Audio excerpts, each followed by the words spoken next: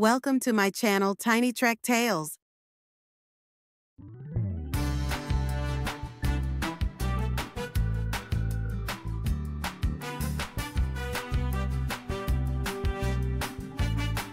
The magical paintbrush.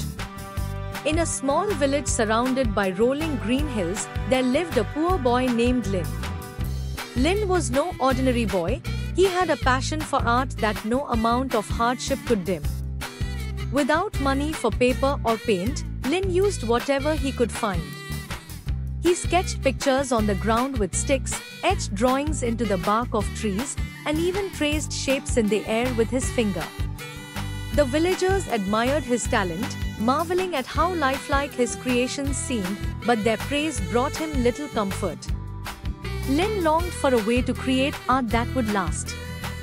One evening, as the sun dipped below the horizon and painted the sky in hues of gold and purple, Lin sat beneath an old banyan tree.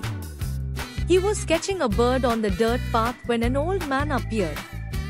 The man's beard was as white as snow, and his eyes sparkled like stars. "You have a remarkable gift, young one," the man said in a deep, kind voice. Startled, Lin looked up. "Thank you, sir," he replied politely.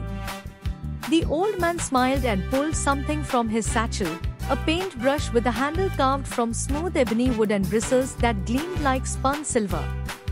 "Take this," the man said, handing the brush to Lin. "But remember, this is no ordinary paintbrush. Use it wisely."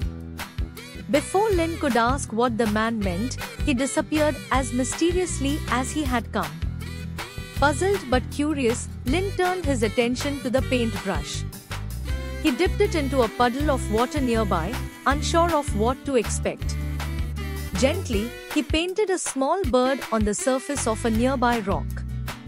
To his astonishment, the bird sprang to life, shook its wings, and chirped before flying into the sky. Lin gasped, realizing the paintbrush's magic. His heart raced with excitement as he considered the possibilities. He tested the brush again, painting a simple flower on the ground. The flower bloomed instantly, its petals soft and fragrant. The next morning, Lin shared his discovery with the villagers. Seeing their joy, he decided to use the magical paintbrush to help them. When a farmer's plow broke, Lin painted a new one, which became real the moment his brush left the surface. When a widow's pantry was bare, Lin painted fresh bread and fruits for her table. He even painted houses for families who had none, transforming their lives with each stroke of his brush. As news of Lin's magical paintbrush spread, people from nearby towns came to seek his help. Lin worked tirelessly, creating whatever was needed. He found great happiness in using his gift for good. But not everyone shared Lin's selflessness. Far away, in a grand palace, a greedy and cruel king heard tales of the boy with the magical brush. The king was obsessed with wealth and power, and he saw the brush as the key to both.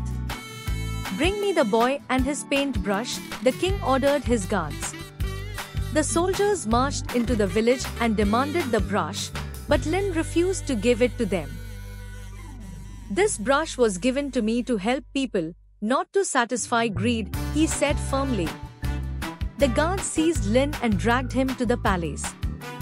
When he arrived, the king sat on a golden throne, surrounded by piles of treasure. "Boy," the king said with a sneer, "paint me a mountain of gold, or you will regret it." Lin looked at the king, his heart heavy with defiance. "I will paint," he said quietly, "but I will not paint for greed." Pretending to obey, Lin began to paint a vast sea on the floor of the palace. The blue waves shimmered as if they were real, and the sound of rushing water filled the air. The king frowned.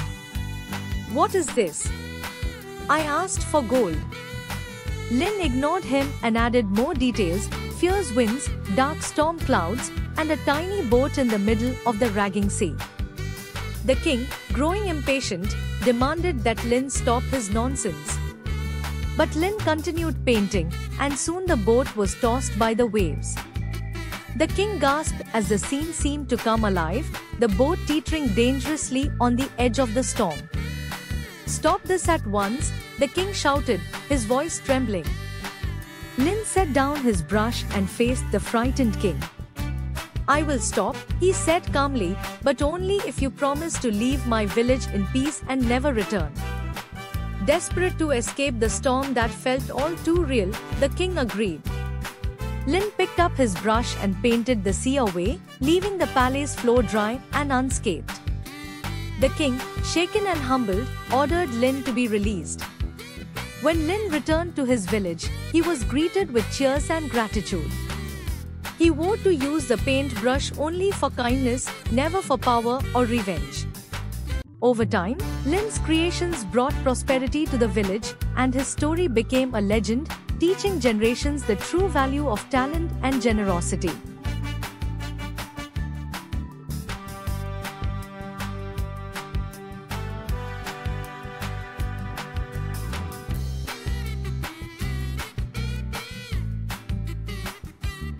Thanks for watching Tiny Trek Tales.